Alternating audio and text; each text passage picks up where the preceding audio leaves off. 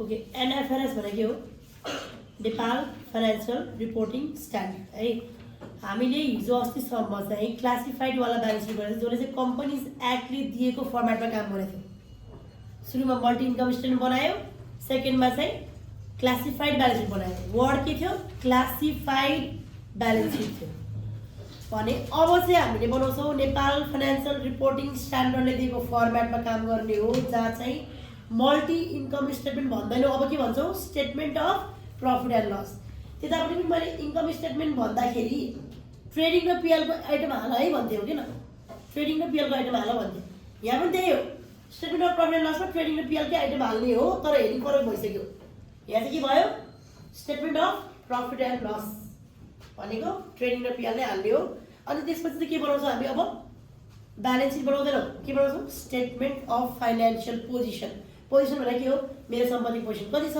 मेरो liability position कति छ मेरो सेयर क्यापिटल कति छ अहिलेको आजको दिनको के कस्तो हालत छ त्यो बनाऊ भने त्यही भएर नाम फरक भइसक्यो अब स्टेटमेन्ट अफ फाइनेन्सियल पोजिसन तर भित्रको काम चाहिँ सेमै हो फेरि तर प्रेजेन्टेसन यहाँ पनि फरक छ भन्नलाई चाहिँ ब्यालेन्स सिट बनाएको हो ब्यालेन्स सिट नभनेर हामी फाइनेन्सियल पोजिसन भन्छौँ तर भित्रको जुन लेख्ने तरिका हामीले क्लासिफाइड ब्यालेन्स सिटमा पहिला के स्टार्ट गर्थ्यौँ फर्स्टमा के सुरु गर्थ्यौँ फर्मेट चाहिँ तिम्रो यहाँबाट फिक्सबाट सुरु गर्न पनि पाइन्छ करेन्टबाट सुरु गर्न पनि पाइन्छ तर हाम्रो सुरुमा एसेट्स लेख्दाखेरि करेन्टबाट सुरु गरेर इन्भेस्टमेन्ट लेखेर अनि त्यसपछि बल्ल पिपीमा गयो किन पिपीमा पनि इन्टान्जिबलहरू गरेर अनि बल्ल टोटल एसेट्स आउँथ्यो होइन पहिला करेन्टबाट सुरु गर्थ्यौँ हामी भने अबको एनएफआरएसमा चाहिँ हामीले के गर्छौँ भन्दा यहाँनिर नन करेन्ट एसेट्स यो वर्डै सुनेको छ तिमीहरूले नन करेन्ट एसेट्सबाट सुरु गर्छौँ भनेको फिक्स नै हो यो पनि अनि करेन्ट एसेट्स भन्छौँ भनेपछि पहिला फिक्सबाटै सुरु गर्छौँ तर फिक्स एसेट्स भनेनौँ हामीले के भन्यौँ नन करेन्ट एसेट्स भन्यौँ नन करेन्ट एसेट्समा कति धेरै टपिक छ त्यहाँ तिमीले अब भेट्छौ पिपी भेट्छौ सुरुमै त्यसपछि इन्टेन्जिबल भेट्छौ अनि त्यसपछि अर्को फेरि बायोलोजिकल एसेट्स अरे फेरि बायोलोजिकल एसेट्स भने के हो अहिलेसम्म सुनेकै छैन डिफर्ड एसेट्स रे त्यो पनि सुनेकै छैन अब नसुने पनि तिम्रो यो फर्मेटलाई हटाउन मिल्दैन एनएफआरएसले दिएको फर्मेट तिम्रो के हो फिक्स्ड हो चेन्ज गर्न मिल्दैन जे छ त्यही लेख्नुपर्छ तर त्यो भित्रको आइटमको नामहरू के हो त्यो चाहिँ बुझ्नु पऱ्यो कि आज मैले त्यही बुझ्न खोजेको तिमीलाई फर्मेट आफ्नो कपी हेर्ने अथवा बुक हेर्ने त्यो फर्मेट कसरी गर्ने भनेर सिक्नु लाग्यो अब यो सुरुको एनएफआरएसको पनि दुईवटा फर्मेट छ एउटा छ on the basis of function अर्को छ on the basis of expenses मैले तिमीलाई नोट चाहिँ तिम्रो फङ्सनको आधारमा लेख्न लगाएको हामी पनि यही फङ्सनको आधारमै गर्छौँ है दुईवटा फर्मेटमा हामी यता अगाडिपट्टिको फङ्सन अफ एक्सपेन्सेसको आधारमा गर्छौँ सुरुमा तिम्रो के छ सुरुमा फर्मेट के छ रेभिन्यू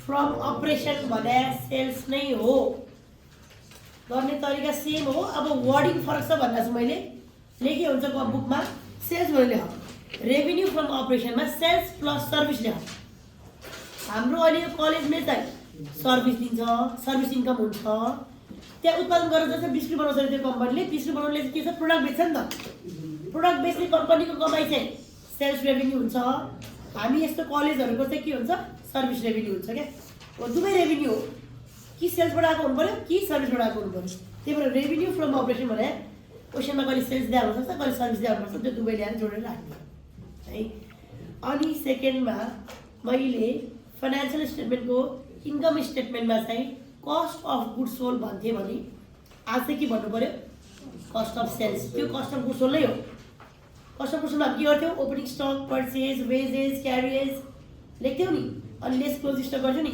यहाँ पनि त्यही नै गर्ने तर यहाँभित्र गर्न पाइएन नोट बनाएर पछाडि गर्ने हेर त पछाडि वेयर भन्ने ठाउँमा नोट पछाडि चाहिँ कस्ट अफ गुड्स सोल्ड निकाल्ने तरिका त्यही नै हो यो पनि तर यहाँभित्र हामीले ओपनिङ क्लोजिङ फाइनेन्सियल स्टेटमेन्टमा यहाँ गएर लेस सिओजिएस गरेर यही ओपनिङ यही पर्चेज यही वेजेस लेख्थ्यो होइन अब चाहिँ के गर्छौँ सिओजिएस लेख्दैनौँ कस्ट अफ सेल्स चाहिँ लेख्छौँ नोट गरेँ मैले 1.1मा गएर अब यो फर्मेटमा के पनि नगर्ने पछाडि वर्किङ नोटमा गएर नोट लेखेर 1.1मा हिसाब गरेर ओपनिङ पर्चेज वेजेस अनि यहाँबाट जति एन्सर आउँछ त्यो एन्सर लगाएर टक्क हेर यस्तो हो हाम्रो एनएफआरएस भने एनएफआरएसभित्र चाहिँ के हुनु पर्दैन वर्किङ हुनु पर्दैन टोटल अमाउन्टमा चाहिँ लेख्ने ठाउँ हो यो त्यही भएर जहिले पनि जुन क्वेसन गर्दा यो फर्मेट टक्क सार खाली छोडिदेऊ, वर्किङ नोट गर्दै ल्याएर भर्ने मात्रै काम। फर्मेटमा नो चेन्ज, अलवेज सेम। जस्तै इन्कम स्टेटमेन्टमा चाहिँ यहाँनिर हामीले भित्रै गर्ने भएको भएर कहिले वेजेस हुन्थ्यो, कहिले क्यारेज हुन्थ्यो, कहिले हुन्थेन, कहिले सानो हुन्थ्यो कस्टम गुड्स सोल्ड, कहिले ठुलो हुन्थ्यो, चेन्ज हुन्थ्यो नि त फर्मेट। यसो चाहिँ हुँदैन, टक्क फर्मेट हरेक क्वेसनमा सार भक्कु इन्फर्मेसन हाल्नु नभएको ड्यास गरेर छोडिदियो। अनि बाँकी यो एन्सर ल्याउनको लागि चाहिँ उताको नोट युज गर्ने। त्यही भएर हाम्रो यो अहिलेको फर्मेटमा डिटेल र अमाउन्ट मात्रै छैन, नोट पनि छ। नोट नम्बर दिँदै वर्किङ गर्दै यता ल्याउनको लागि एउटा नोटको कोलम पनि छ है। अब यो फर्मेटमा चाहिँ दुईवटा इयर दिएको छ, हामी दुईवटा इयर नबनाएर के बनाउँछौँ, डिटेल र अमाउन्ट कोलम बनाउँछौँ। अझ डिटेल पनि चाहिँदैन कि, किन भन न, वर्किङ गर्नलाई डिटेल चाहियो भने त हामीलाई वर्किङै गर्नु नपरेपछि डिटेल पनि चाहिँदैन, सिधै अमाउन्टको कोलम बनाऊ। पार्टिकुलर नोट अनि अमाउन्टको कोलम, सानो नोट बनाऊ, अमाउन्ट कोलम, सक्यो। मलाई प्लस गर्नु नै छैन, सिधै उता गरेर ल्याउने हो, बुझ्छ? त्यही भएर सिधै एउटा मात्रै कोलम बनाउन पाइयो एनएफआरएसमा। ओके, अब यहाँभित्रको आइटम हेर, revenue minus sales minus cost of goods sold गरेपछि आयो ग्रस प्रफिट। अनि अदर इन्कम चाहिँ हामी के गर्थ्यौँ, तल अदर रेभेन्यू एन्ड गेन भनेर लेख्यो है, अलि माथि नै गरेछ, अप्सन छैन है। डिस्ट्रिब्युसन एक्सपेन्सेस पहिला हामी जेनरल एन्ड एडमिनिस्ट्रेसन गर्थ्यौँ, अफिसको खर्च हाल्थ्यौँ, अनि बल्ल डिस्ट्रिब्युसन आउँथ्यो, सेलिङ आउँथ्यो। अहिले सुरुमै के छ, डिस्ट्रिब्युसन। यसको पनि नोट देऊ, अनि यता नोटमा गएर 1.3 मा गएर डिस्ट्रिब्युसन गर्नु पऱ्यो भने तिमीले के गर्नु पऱ्यो, के आउँछ, एडभर्टाइजमेन्ट आयो भने, सेलिङ एक्सपेन्स आयो भने, मार्केटिङ, ट्राभलिङ, डेलिभरी भ्यानको ड्राइभरको स्यालेरी, डेलिभरी भ्यानको डेप्रिसिएसन, यस्तो आयो भने त्यता लेखेर जोडेर ल्याएर डिस्ट्रिब्युसनमा ल्याएर हाल्नु। त्यसपछि अर्को छ administrative expenses, general and administrative भन्थ्यो उता, यहाँ चाहिँ हामी के मात्रै भनिरहेको छौँ, एडमिनिस्ट्रेटिभ मात्रै भनिरहेको छौँ। उता सेलिङ एन्ड डिस्ट्रिब्युसन भन्थ्यो होला, यहाँ डिस्ट्रिब्युसन मात्रै भनिरहेको छ, तर हुन चाहिँ त्यही बुझ्यो फेरि है, यहाँ हेडिङ नभए पनि बुझ्ने त्यही नै हो। एन्ड अदर अपरेटिङ भनेको लस अन सेल अफ मेसिनहरू, डिफ्रेन्ट जेनरल एक्सपेन्सेसहरू के आयो भने यहाँ राख्ने हो। यो तिनवटा घटाएपछि आउँछ प्रफिट फ्रम अपरेसन। तर यो फर्मेट म च्यालेन्ज गर्छु, मिस्टेक छ, तर सरकारले दिएको हामी के पनि गर्न सक्दैनौँ, मिस्टेक पनि गर्नुपर्छ। किन म्याम भन्दा हामी अदर इन्कम कहिल्यै पनि माथि नजोडिकन तल लेखेर त्योभन्दा अगाडि चाहिँ प्रफिट फ्रम अपरेसन भन्थ्यौँ क्या, हो कि याद गर्दा जेनरल र सेलिङ जोडेपछि हाम्रो अपरेटिङ एक्सपेन्सेस आउँथ्यो, अनि माथिको ग्रस प्रफिटमा अपरेटिङ एक्सपेन्सेस घटाएपछि प्रफिट फ्रम अपरेसन आउँथ्यो होइन। अनि बल्ल प्रफिट फ्रम अपरेसन पछि हामीले अदर रेभेन्यू एन्ड गेन जोड्थ्यौँ किन। अहिले त अदर इन्कम त माथि नै जोड्यो नि, प्रफिट फ्रम अपरेसन भन्ने अनि अरू डिफ्रेन्ट इन्कम पनि जोड्न पाइयो त। मेरो अपरेसन भनेको किनबेच गर्ने, जस्तै मानौ यो मैले डस्टर बनाउँछु भने डस्टर बेचेर आएको इन्कम मात्रै मेरो अपरेसन इन्कम हो कि। अदर इन्कममा के गयो, कमिसन रिसिभ पनि गयो, डिस्काउन्ट रिसिभ पनि गयो, अनि मेसिन बेचेर आएको प्रफिट पनि गयो, अरू कामको पैसा पनि गयो नि त त्यहाँ अदर इन्कममा त। अनि अदर इन्कम त पहिले जोड्यो नि त, हो कि होइन। यो अदर इन्कम माथि जोड्या भएर चाहिँ प्रफिट फ्रम अपरेसन भन्न चाहिँ मिल्दैन। खास उसले के भन्नु पर्थ्यो, प्रफिट फ्रम अपरेसनमा profit before interest and tax चाहिँ भन्नु पर्थ्यो। त्यो भनेको छैन, जे भनेको छ हामी त्यही गर्छौँ, अहिले चेन्ज गर्दैनौँ, च्यालेन्ज गर्दैनौँ। भोलि पछि कहीँ कतै गएर तिमीलाई चाहिँ सोधेर यो बुकमा के मिस्टेक छ, यो फर्मेटमा के मिस्टेक छ भन्नु भने सर हजुरको यो अदर इन्कम चाहिँ अलिक तल जोडेको भए चाहिँ यो प्रफिट फ्रम अपरेसन लेख्न पाइन्थ्यो, त्यो चाहिँ सही हुनाउँथ्यो। प्रफिट फ्रम अपरेसन भएन, अरू इन्कम पनि आएर बस्यो त्यहाँ, हो कि होइन त। डिस्काउन्ट रिसिभ गर्नु, कमिसन रिसिभ गर्नु हाम्रो रेगुलर इन्कम हो त होइन नि। मेरो रेगुलर इन्कम त सेल्स मात्रै हो नि त, सर्भिस मात्रै हो नि हो। त्यही भएर अदर इन्कम माथि जोडिनु भनेको चाहिँ प्रफिट फ्रम अपरेसन लेख्न नमिल्नु हो। त्यही पनि बुकले लेखाएको छ, हामी अहिले चेन्ज गर्दैनौँ, फर्मेट बिगार्दैनौँ, जस्तो फर्मेट छ त्यस्तै गर्नुपर्छ, अप्सन छैन। किनभने प्र्याक्टिकल्ली पनि अहिले कम्पनीहरूमा एनएफआरएस फलो गर्यो यो वर्षबाट, एनएफआरएस लागु छ अहिले। हिजो अस्ति कम्पनी थियो, हामीले जस्तै गरेको जस्तै थियो, त्यो छोडेर अहिले यो वर्ष चाहिँ यो लागु गरेछ। अनि उसले पनि यसरी नै गर्छ। अब हामीले जबसम्म सरकारले बुझ्दैन तब चेन्ज गर्दैन, तबसम्म हामीले पनि यही गर्नु नै पर्छ, अप्सन छैन। तर कसैलाई तिमीले सुझाव दिनु पऱ्यो भने दिन मिल्छ है। अदर इन्कम भएर तल प्रफिट फ्रम अपरेसन लेख्न मिल्दैन कि अदर इन्कम तल जानु पऱ्यो, किनभने प्रफिट फ्रम अपरेसन ठाउँमा के लेख्नु पऱ्यो, profit before interest and tax. Ma'am हजुरले profit before interest and tax किन भन्नुभएको भन्दा त्योभन्दा तल फाइनेन्स कस्ट हेर त, प्रफिट फ्रम अपरेसन भन्दा तल फाइनेन्स कस्ट र त्यसमा ब्राकेटमा गरेर लेख इन्ट्रेस्ट। फाइनेन्स कस्ट भनेको इन्ट्रेस्ट हो, त्यही भएर योभन्दा माथिको प्रफिट चाहिँ बिफोर इन्ट्रेस्ट एन्ड ट्याक्स भयो। इन्ट्रेस्ट पनि घटाएको छैन, ट्याक्स पनि घटाएको छैन। अब मैले के घटाएँ, फाइनेन्स कस्ट घटाएँ भने के घटाएँ, इन्ट्रेस्ट घटाएँ। प्रफिट बिफोर इन्ट्रेस्ट एन्ड ट्याक्समा इन्ट्रेस्ट घटाएपछि के आयो, प्रॉफिट बिफोर ट्याक्स आयो। अब त्यसपछि के घटाएँ मैले, ट्याक्स घटाएँ, इन्कम ट्याक्स एक्सपेन्सेस घटाएँ। अनि त्यसपछि के आयो, प्रॉफिट आफ्टर ट्याक्स हो यो।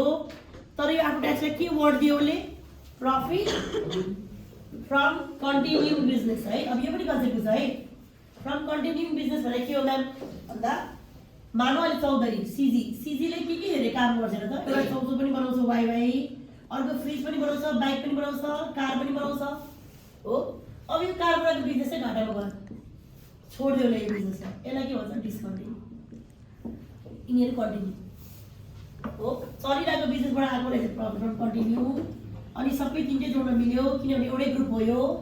डिस्कन्टिन्यूबाट कहिले घाटा आउँछ कहिले नाफा आउँछ यो पनि ल्याएर जोड्नुपर्छ। यो कन्टिन्यू भयो, यो डिस्कन्टिन्यू भयो, टोटल प्रफिट डिस्कन्टिन्यू। त्यही भएर है एउटा बिजनेसम्यानको एउटै मात्रै बिजनेस हुँदैन, 4-5 बिजनेस हुन्छ। कुनै बिजनेसले छोडेको छ त्यहाँबाट घाटा छ भने त्यो घाटा पनि ल्याउन पाएँ। अहिले मेरो चलिरहेको बिजनेस चाहिँ कन्टिन्यू भयो, हेर त, प्रफिट फ्रम कन्टिन्यू बिजनेस। त्यसपछि तल जाउँ, प्रफिट अथवा loss on discontinue operation, net of tax, tax कटाएपछिको प्रफिट ल्याऊ। किनभने कन्टिन्यू पनि मैले ट्याक्स कटाइसकेको छु नि त, डिस्कन्टिन्यू पनि आफ्नो ट्याक्सै ल्याउनु पऱ्यो। त्यो जोडेर आयो मेरो बल्ल total income for the year. Profit and लसमा आउने इन्कम यो। अब यहाँ कस्तो अहिलेसम्म नसुनेको कन्टिन्यू डिस्कन्टिन्यू नयाँ वर्डहरू आयो नि त, गाह्रो हुँदैन। जोड्दै जोड्दै आएको कन्टिन्यू गर्दा डिस्कन्टिन्यू क्वेसनै दिन्छ कि यति चाहिँ प्रफिट छ है भन्दै चाहिँ ल्याएर राख्ने मात्रै हो, उसले वर्ड मात्रै फरक लगायो। ओके, अब अर्को पनि फेरि फरक कुरा आयो तलपट्टि। खालि हामी पिएल एकाउन्टको प्रफिट एन्ड लस निकालेर छोड्थ्यौँ। अब यहाँ बाँड्ने काम पनि सिकायो कि, हामीले बाँड्ने काम कहाँ गर्थ्यौँ, रिटेन अर्निङमा गर्थ्यौँ। रिटेन अर्निङ पनि यही मिक्स भयो अहिले चाहिँ। कहाँ बाँडेको म्याम भन्दा दुईवटा वर्ड आएको छ त्यहाँ, एउटा ओनर भन्ने शब्द आएको छ, अर्को चाहिँ नन कन्ट्रोलिङ इन्ट्रेस्ट भन्ने शब्द हो। नन कन्ट्रोलिङ इन्ट्रेस्ट भनेको के हो म्याम भन्दा, यो चौधरीले यो आफ्नो बिजनेसमा 80% लगानी गरेछ, ऊ ओनर हो। अब ऊ आफैले 20% पनि लगानी गर्न चाहिँ सक्थ्यो, तर कम्पनी खोलेपछि अलिकति पब्लिकलाई सेयर दिनै पर्छ भनेपछि उसले पब्लिकलाई सेयर गरिदियो 20%। यो साना साना झिना मसिनाहरूलाई चाहिँ नन कन्ट्रोलिङ इन्ट्रेस्ट भन्छ। यसले कन्ट्रोल गर्न सक्छ त सक्दैन नि। डिसिजन लागू गरेपछि कसले पारित गर्छ, 80% वालाले पारित गर्छ। 20% मा केही कुरा हुन्छ हुँदैन, उसले खालि डिसिजन लगाएको हेर्ने सुन्ने र मेरो कम्पनी कसरी चलिरहेछ हेर्ने, अनि नाफा कति आयो मैले कति पाउँछु, 20% पाउँछु, सक्यो। त्यही भएर यो के भयो, नन कन्ट्रोलिङ। कन्ट्रोलिङ गर्न सक्दैन किनभने पावरै हुँदैन नि, भोटिङ गर्दा नि यसले जित्छ नि जहिले नि, होइन र। भोटिङ गर्दा उसकै सेयर धेरै छ उसले जित्छ नि। 50 देखि माथि 51% वालाले जहिले जित्छ। यदि उसको सेयर 51 मात्रै छ भने यो 49 भयो पनि यो पनि के भयो, नन कन्ट्रोलिङै भयो। भोट गरेर यसले जित्छ नि त धेरै नि। 50-50 आए बराबर हुन्थ्यो, यहाँ एक मात्रै बढी आएपछि जितिहाल्यो होइन। त्यही भएर भोटिङ राइट हुनेहरू चाहिँ ओनर हुन्छ, त्योभन्दा सानो हुनेहरूलाई नन कन्ट्रोलिङ इन्ट्रेस्ट भन्छ।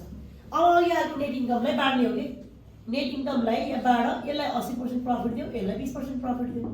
मानव मेरो नेट इन्कम 1 लाख छ भने 80,000 मेरो ओनरले खायो प्रफिट, अनि सानाले चाहिँ कति प्रफिट खायो, 20,000। त्यही बाँड्दै गयो। हेर त तल यो बेसिक अर्निङ डाइल्युटेडहरू छ, यो खासै गर्नु पर्दैन। तल जाउँ, नेट इन्कम एट्रिब्युटेबल टु ओनरलाई 80%मा दिने, नन कन्ट्रोलिङलाई 20% दिने। अब यो क्वेसनले भन्छ सधैँ 80-20 हुन्छ म्याम, होइन, कहिले 75-25 हुन्छ, कहिले 60-40 हुन्छ। क्वेसनले भन्छ जति भन्यो त्यति नै। क्वेसनले के भन्छ, नन कन्ट्रोलिङको चाहिँ पर्सेन्ट भन्छ है। ओके, यो भयो मेरो statement of profit and loss. यसमा मैले ट्रेडिङ पनि गरेँ, पिएल पनि गरेँ र पिएल एप्रोप्रिएसन पनि गरेँ। त्यसपछि म गएँ उतापट्टिको पिएल एप्रोप्रिएसन, यो स्टेटमेन्ट चाहिँ नेचरको आधारमा नगर्ने, यो फर्मेटमा चाहिँ मैले एप्लाई गराएँ तिमीहरूलाई। त्यसपछि जाउँ ब्यालेन्स सिटतिर। ब्यालेन्स सिट भन्दैनौँ हामी, स्टेटमेन्ट अफ फाइनेन्सियल पोजिसन भन्छ, तर ब्राकेटमा तिमीलाई स्ल्यास दिएर के पनि दिएछ, ब्यालेन्स सिट पनि दिएछ नि होइन। ब्यालेन्स सिट हो भनेर बुझाएको चाहिँ हो, तर तिमीले ब्यालेन्स सिट लेखेर पाउँदैन। तिमीले के लेख्नुपर्छ, स्टेटमेन्ट अफ फाइनेन्सियल पोजिसन। बुझ्ने के हो, ब्यालेन्स सिट नै हो। अब यसको फर्मेट हेर, यसको फर्मेटको वर्डहरू अलिक डिफिकल्ट छ, अलिक डिफ्रेन्ट टाइपको आएको छ, त्यो कुरा सिकाउनलाई चाहिँ मैले भन्नु पऱ्यो है। ओके, सुरुमै नन करेन्ट एसेट्स भनेको यो के हो, फिक्स्ड एसेट्स हो है, फिक्स्ड एसेट्स हो। अब यसको जुन शब्दहरू छ बुझ्नु पर्यो, प्रपर्टी प्लान्ट एन्ड इक्विपमेन्ट नयाँ हो होइन, यसमा हामी के हाल्छौँ, डेप्रिसिएसन काट्ने सम्पत्ति हाल्छौँ। त्यसपछि तल जाउँ, इन्टेन्जिबल, यो नयाँ हो होइन, यसमा हामी के हाल्छौँ, नदेखिने सम्पत्ति हाल्छौँ, जहाँ चाहिँ हामी राइट अफ गर्छौँ। अब नयाँ हो, बायोलोजिकल एसेट्स यो भने के हो म्याम भन्दा बारीमा रोपेको काँक्रोको झाल करेन्ट बायोलोजिकल एसेस भयो, म्याङ्गोको ट्री चाहिँ नन करेन्ट बायोलोजिकल एसेस भयो। किन म्याम भन्दा काँक्रो 3-4 महिनामै मरेर जान्छ, 3-4 महिना खान्छौँ त्यसपछि बोट जान्छ हो किन, त्यसलाई वर्ष पाल्न सक्छौँ सक्दैन। म्याङ्गो ट्री यो वर्ष म्याङ्गो खायो अर्को वर्ष खानुपर्छ पाउँदैन, बायोलोजिकल 4-5 वर्ष त फल्छ नि होइन र, ट्री त कहिले मर्दैन नि भनेपछि वर्षै पछि खान पाउनेवाला लिभिङ एसेट छ भने त्यो नन करेन्टमा हाल्ने। बायोलोजिकल करेन्ट पनि भेट्छ त, बायोलोजी तल पनि छ माथि पनि छ है। काँक्रोको झाल भन्यो भने तिमी तल हाल, म्याङ्गो ट्री भन्यो भने माथि हाल, कुखुरा भन्यो भने तल हाल, गाई भन्यो भने माथि हाल। गाई दुध दिन चाहिँ वर्षै पछि त्यो लङ टर्म भयो है। बायोलोजी भनेको के हो त, लिभिङ एसेट्स जसले हामीलाई कमाउनलाई हेल्प गर्छ। काँक्रोले पैसा कमाउँछ, म्याङ्गोले पैसा कमाउँछ। काँक्रोले सर्ट टर्म कमाउँछ तल राख, म्याङ्गोले लङ टर्म कमाउँछ माथि राख। कुखुराले सर्ट टर्म 2-3 महिना पाल्छौँ फेरि बेच्छौँ, 2-3 महिना पाल्छौँ फेरि बेच्छौँ, 3-4 महिना मात्रै बस्छ त्यो स्टकमा होइन। भनेपछि कुखुराको बेचेर पैसा कमायो भने तल राख, अनि गाईले दुध दिएर बेचेर कमायो भने माथि राख है। बायोलोजी भनेको लिभिङ एसेट्स जसले मलाई बिजनेस गर्न हेल्प गर्छ है। यो कुरा तिमीहरूलाई नयाँ थियो। अर्को त इन्भेस्टमेन्ट प्रपर्टी हाम्रो नयाँ होइन, इन्भेस्टमेन्ट हामीले माथि नै भेट्यौँ हो कि न। इन्भेस्टमेन्ट प्रपर्टी पनि लगानी गरेर सेयरहरूमा लगानी गरेर केमा लगानी गरेर हामीले फिक्स डिपोजिट गरेर लिएर राख्छ। इन्भेस्टमेन्ट एसोसिएट्स भनेको यो पनि उसको, यो पनि उसको, यसलाई लगानी गरिदिने कि आफ्नै फुच्ची कम्पनीले लगानी गरेर एसोसिएट्स भन्छ है। यो कुरा तिमीले बुझिहाल्छौ। अदर इन्भेस्टमेन्ट लगाएर डिफर्ड ट्याक्स एसेस भनेको के हो म्याम भन्दा हामीले सरकारमा काम गर्दाखेरि आज वर्षको अन्तिममा मात्रै ट्याक्स तिर्नुपर्ने हो, तर हामी चाहिँ सेफ साइडको लागि बिचमा ट्याक्स तिर्छौँ कि प्रफिट कमाएको हिसाब किताब भएकै छैन, त्यही पनि बिचमा एडभान्स ट्याक्स तिर्छौँ। त्यो एडभान्स ट्याक्स तिरेर बढी तिरेछ भने त्यो एसेसमा हाल, अनि डिफर्ड ट्याक्स लाइबिलिटी पनि भेट्छौँ कि फेरि लिनुपर्ने छ भने एसेसमा हाल्ने, अझै तिरेर पुगेको छैन अझै तिर्न बाँकी छ भने चाहिँ लाइबिलिटी हाल्ने। डिफर्ड ट्याक्स दुवैपट्टि भेट्छौँ, एसेसमा पनि भेट्छ लाइबिलिटी पनि भेट्छ है। त्यही भएर लेनदेनको कुरा हो भन्नु बुझ्दैन कि सरकार र हाम्रो लेनदेनको कुरा हो। बढी तिरे एसेस, अझै पुगेको छैन भने लाइबिलिटी है। अदर रिसियल भनेको त लिन पर्ने भइहाल्यो। यो भयो मेरो नन करेन्ट है। अब यसमा धेरै आउनु भनेको त्यही प्रपर्टी प्लान र इन्टेन्जिबलै हो। मैले यति धेरै बुझाएँ नि, यसको अरू आइटम धेरै खासै आउँदैन, आयो भने कहिले बायोलोजी लगाउँला, न त खासै त्यति आउँदैन, त्यही पनि हेडिङमा लेखेपछि गर्न त परिहाल्छ। अब जो करेन्ट एसेट्स दुईवटा मात्रै हेडिङ, 4-5 हेडिङ गर्छौँ हामी यहाँ। पिपी पहिला करेन्ट, त्यसपछि इन्भेस्टमेन्ट, पिपी, इन्टेन्जिबल, मिसलेनियस, त्यसो गरेर 4 हेडिङ गर्थ्यो नि। जब यहाँ 2 हेडिङ, एउटा करेन्ट अर्को नन करेन्ट, सक्यो है। करेन्टमा पनि इन्भेस्टमेन्ट त्यही छ, सर्ट टर्मवाला इन्भेस्टमेन्ट तर राख, 1 वर्षभन्दा माथि भयो माथि राख। इन्भेन्ट्री भने स्टक, अब हामीले क्लोजिङ स्टक भन्दैनौँ, के भन्छौँ स्टक भन्छौँ, के अरे इन्भेन्ट्री भन्छौँ है। बायोलोजिकल एसेस मैले बुझाइहालेँ। अब अर्को जो इन्कम ट्याक्स रेसियो भनेको ट्याक्स तिर्नलाई अझै आउनु बाँकी छ भने यहाँ आएर बस्छ। ट्रेड एन्ड अदर रेसिएबल हेर, यो नाम सुनेको छैनौ तिमीले, तर यसभित्र राख्ने सन्ड्री डेप्टर हो। सन्ड्री डेप्टर आयो, अकाउन्ट रिसिएबल आयो, बिल्स रिसिएबल आयो, यसलाई नोट देऊ 3.4 1.4 भनेर देऊ। यतापट्टि आऊ 1.4 मा के जोड्ने रे, सन्ड्री डेप्टर, ब्याड डेट छ नि त्यहाँ घटाऊ, प्रोभिजन छ नि घटाऊ, अकाउन्ट रिसिएबल बिल्स रिसिएबलमा जोडेर आउने एज जति हो त्यो ल र यहाँ ट्रेड रिसिएबल लगाऊ। त्यही भएर ट्रेड रिसिएबलको साइडमा गएर डेप्टर ल्याऊ, debtor account receivable bills receivable ल्याऊ बुझ्छौँ। अनि क्यास एन्ड क्यास इक्विभ्यालेन्ट हामी जस्तो के गर्थ्यौँ, क्यास इन ह्यान्ड छुट्टै लेख्थ्यौँ, क्यास इन ब्याङ्क छुट्टै लेख्थ्यौँ होइन। यहाँ चाहिँ क्यास इन क्यास इक्विभ्यालेन्ट लेख्ने, 1.5 दिने, उता गएर के जोड्ने, cash in hand, cash in bank, bank balance, यस्ता खालको जिनिस सबै जोडेर एकचोटि लेख्नु, क्यास एन्ड क्यास इक्विभ्यालेन्ट राख्दिने है। तिमीले यहाँ हेडिङ मात्रै ल्याइदियो के, भित्र भएको आइटमहरूलाई जोड्ने घटाउने काम चाहिँ यतिपट्टि गर्ने। यो हेडिङ तिमीले जहिले नि उसले यो एनएफआरएसको बनायो भने बित्तिकै फर्मेट खुइया सार्यो छ भने लेख, नभए ट्याक्स बुझ्छ। आयो मेरो करेन्ट एसेस टोटल नि आयो, नन करेन्ट आयो, जोडेर टोटल एसेस आयो, यो सक्यो एसेस। अब जो लाइबिलिटीतिर सुरुमै के छ इक्विटी, हामी पहिला चाहिँ लास्टमा गर्थ्यौँ है, सेयरलाई इक्विटी हुने लास्टमा गर्थ्यौँ नि, सुरुमै इक्विटी छ, पहिला सेयर क्यापिटल राख, रिजर्भ राख, नन कन्ट्रोलिङ इन्ट्रेस्ट पनि राख।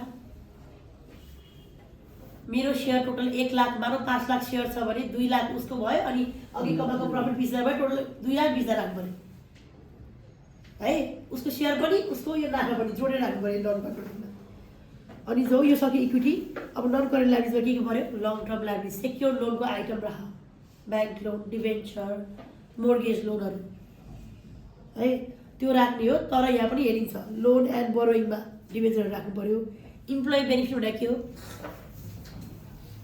हामीले जागिर खुवाका कर्मचारीहरूको स्यालेरीबाट काटेर पेन्सन फन्ड भनेर क्रिएट गरेर राखेको हुन्छ है काटेर त्यो पैसा खाइदिने हो र होइन नि यहाँ ल्याएर उसको पैसा काटे हो तर पछि तिर्नुपर्छ है भनेर राख्ने अनि डिफर्ड गभर्मेन्ट ग्रान्ट भनेको सरकारले मलाई ग्रान्ट दिएको थियो मैले त्यसको कामै गरिनँ पुल बनाउनु दिएको थियो कामै गरिनँ अब त्यो के गर्नु पऱ्यो कि काम गर्नु पऱ्यो कि फिर्ता गर्नु पऱ्यो लाइबिलिटी हो कि हाम्रो त्यो यहाँ राख्ने डेरिभेटिभ फाइनेन्स यो भनेको के हो सेयर हामीले इन्भेस्ट गरिराख्छौँ नि लङ टर्म लगानी गऱ्यो भने डेबिटमा राखेर सर्ट टर्म भने तलको सेयर हाल्ने 3-4 महिनाको लागि ल्याएर किनिरहेको छौ भने त्यो तल बस्यो अब सेयर किन्ने चुबो लगाएर बस्छ 4-5 वर्ष बढे नि घटेर ल्याउनु मतलब छैन भनेर चुलाएर बस्छ भने चाहिँ त्यो यहाँ मात्र प्रोभिजन भनेको के हो लङ टर्मवाला प्रोभिजन पछि हामी तिर्नु पनि भयो यहाँ प्रोभिजन खासै आउनु तर चाहिँ आउँछ प्रोभिजन हाम्रो डिफर्ड ट्याक्स लाइबिलिटी आयो उता डिफर्ड ट्याक्स एसएस थियो यता डिफर्ड ट्याक्स लाइबिलिटिज है